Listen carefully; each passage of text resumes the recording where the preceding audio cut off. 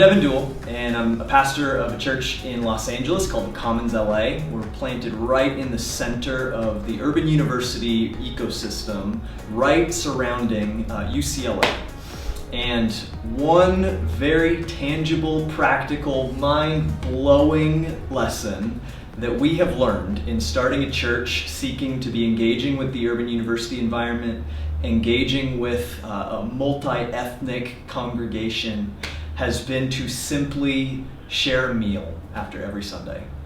And as simple as it sounds, from the very beginning, we stumbled into this realization that Jesus really knew what he was doing when he centered so much of his ministry around sharing food with people.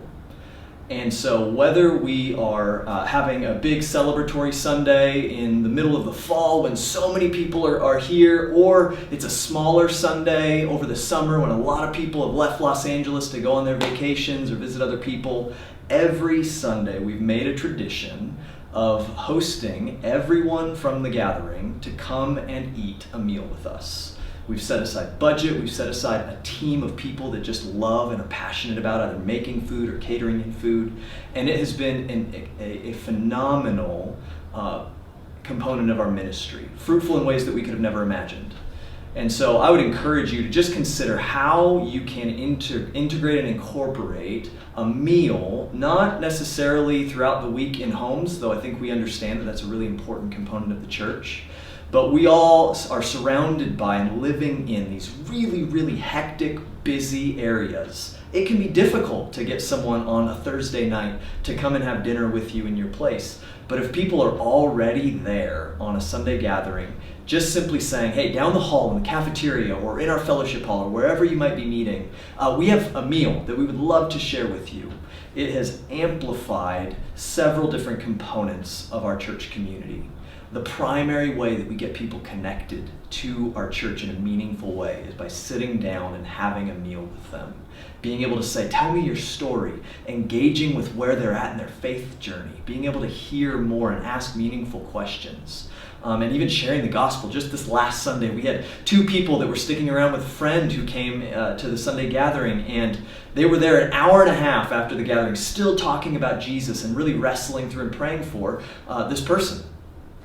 So it helps connect people to the life of your church. It helps get a better feel for where people are at in their faith journey. It also provides an opportunity for people to see that the gathering of Jesus followers in a local place or in a city environment is really just a community of normal people. We are not the special ones. Jesus is the special one that we are all gathered around. And one of the most common misconceptions about the church, especially in a very intellectual urban environment, is that there's something weird or off about us Christians. And being able to simply share a meal with someone and let them see how normal and how real we are as people in all of our brokenness and complexity and busyness or even successes has been a huge win for us. And I would say lastly that what it's done for us is it has allowed for a sense of equality in our congregation.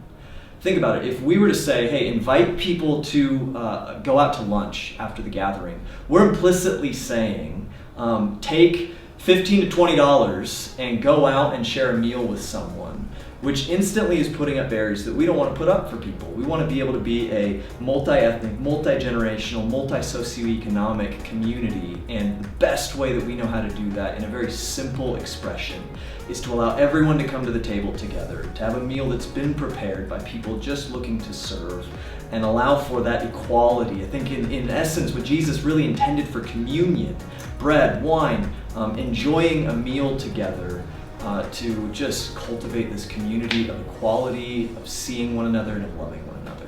That's what we've learned.